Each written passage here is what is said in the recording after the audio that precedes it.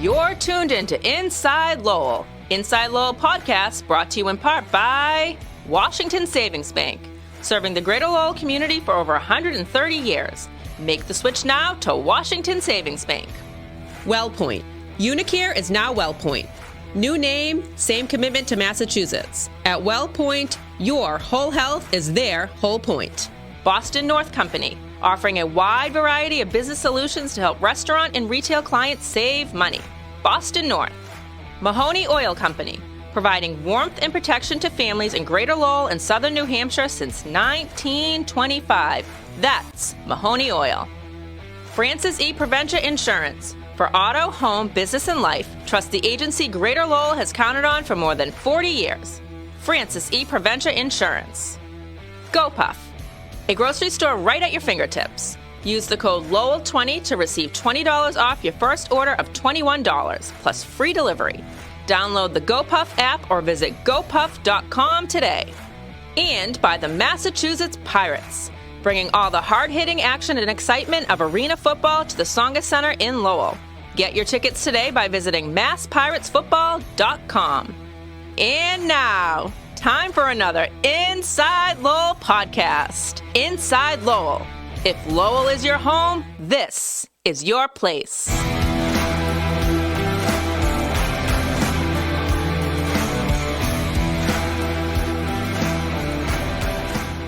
Hello again, everybody, and welcome to another Inside Lowell podcast as we go inside the Pirates, your undefeated Massachusetts Pirates. I'm your host, Teddy Panos, joining you here in the WellPoint studios. Unicare is now WellPoint. New name, same commitment to Massachusetts. At WellPoint, your whole health is their whole point. And we thank our friends at WellPoint for helping to make this podcast possible. We thank all of our sponsors for helping to make all of Inside Lowell possible as well, including our special guest who's joining us today from the Massachusetts Pirates. He is one of their star wide receivers, contributing mightily to the cause this year. Hassan Beydoun. He's joining us on the Zoom lines. How are you, Hassan? I'm good. How are you? Doing fantastic. Thank you for joining us. I know you guys have a crazy weekly, daily practice schedule, especially now. You're back to business after the bye week, right? Yes, sir. Yes, sir. We actually just finished up practice probably about an hour ago. Yeah. How do you spend your time? Do you get much time off during the bye week, and how did you spend it? Head back home or? Yeah. No, they do pretty good with us in terms of letting us get our rest and letting us go see our families and stuff. So during the bye week, I went back home to Detroit. So that's where I'm from. Excellent. So it was nice, Yeah, see the family. Perfect. So this cold weather that we've got here during the winters and early spring in Lowell, it's normal for you, right? Very, very, very normal. But actually, when I came back from Detroit, I guess you guys had got some snow that we didn't get. Yeah, we did get a fair amount. What have you seen, and how are you enjoying our city so far while you've been here? I mean, I love it. Like I said, the cold doesn't faze me. So some players it might faze them, but other than that, I love it. I love the hospitality people welcomed us with, the food, especially cobblestones, salmon. I don't know. I love that, but I love it. I love the arena, everybody, the fans, everything. Love it. Cobblestones is one of our sponsors here at Inside Lowell, so I'm glad you mentioned them. Tell me a little bit about your background. This is your first year with the Pirates. Yes. What made you choose them out of all the options that you would have had available to you?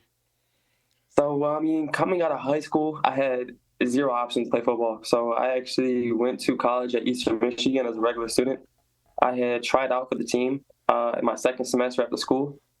And then I had ended up playing football, earning my scholarship, became a 3-time all-conference wide receiver.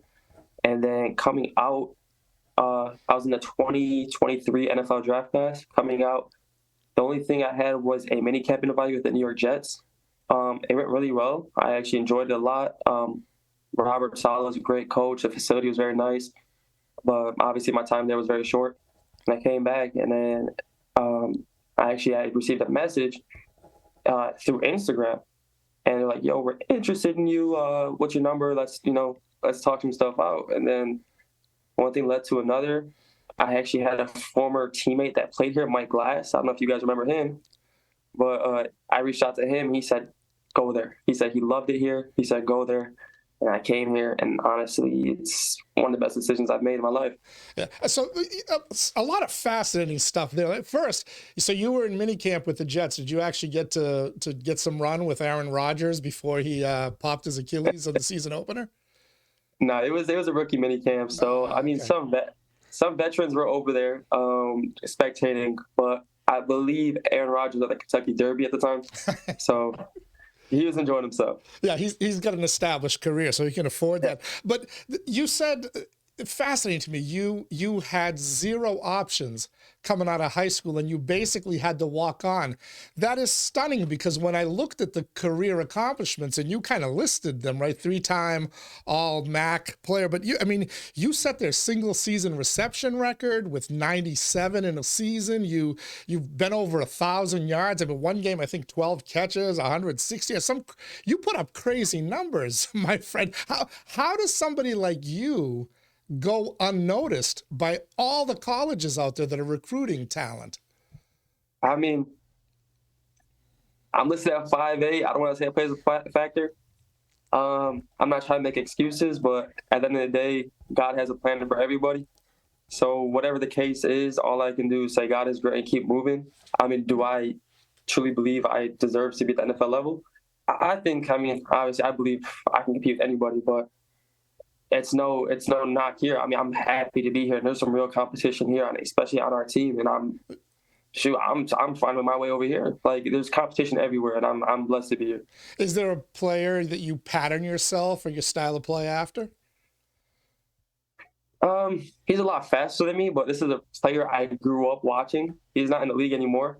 But Emmanuel Sanders. Yeah. I used to love Emmanuel Sanders. I'm a big Broncos fan, so that was a guy I just always watched. Just try to model my game after, but obviously he's a lot faster than me. But yeah. From Detroit, but a Broncos fan. Is it just because the Lions were that bad? I wouldn't say that. I am a home team fan. I do support the Lions, but I grew up watching Champ Bailey. It's a weird favorite player, but that was my favorite player. I always thought I was going to be a DB, but that's my favorite player. Okay. We're chatting with Hassan Beydoun, wide receiver for the Massachusetts Pirates, joining us here on the Zoom line for this Inside the Pirates podcast. You talked about your teammates and just having to compete on the roster.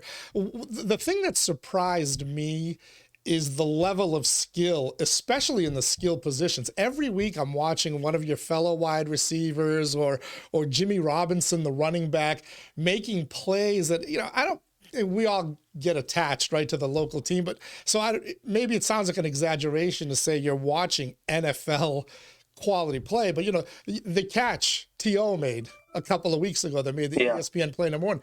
I mean, you guys your skill players exhibit a ton of skill. Is that common around the rest of the league at this level, or do you guys have an embarrassment of riches at those positions? I mean, I would like to think so, but this is my first year in the league, and I'm not someone that's going to sit here and discredit other teams. I mean, the teams that we've played, we've come out on top. But I mean, they were competitive games, they're ball games, and there's talent around this league. And I'm not someone that's going to sit here and knock on other teams. I mean, there's definitely talent around this team, but I'm also confident in our group to say that we are the best. Now, that's what I want to believe in, and obviously going forward, like, believe that we are the best and to be the best and play like the best. But no, there's definitely talent around the league. But in our locker room specifically, I will say there's an extra level of talent. And especially at the position that you happen to play, wide receiver, right? Yeah, absolutely. I mean, the catch T.O. made, Zico and T.O. obviously have a name kind of established around here. And then we got guys like Dallas and T.O. Redding coming in. I mean, T.O. played here a little bit, I believe, and they have a level of experience in the next level in NFL. And then obviously you have Jimmy Robinson, who's a name for himself. I mean, so there's definitely, it's a group, and it's fun to be around because no one's selfish. Everyone, wants to play well for each other and look out for each other and be great for one another. And it looks like you guys are really in sync with your quarterback, Alejandro Benefield. There, he just he throws it up there and puts it in the right spot, but he's also trusting you guys to make the play. Mm-hmm. And more often than not, that trust is being rewarded. No, absolutely. Joe Alejandro, he definitely trusts us. I mean, and I think a lot of that is just kind of like the family we built outside of the field. I mean, whether it's like playing on Call of Duty or NBA 2K or something, or just like hanging out, getting some food, he's with us. We're all together. We're all included. So it's just that trust you build outside the field translates to the field, and it's beneficial to all of us.